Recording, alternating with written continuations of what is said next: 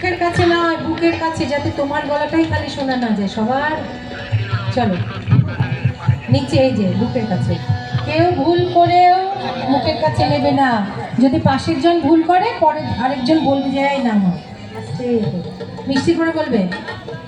সবাই বুকের কাছে নাও, দাও দাও দাও। এই রবিন ভাই,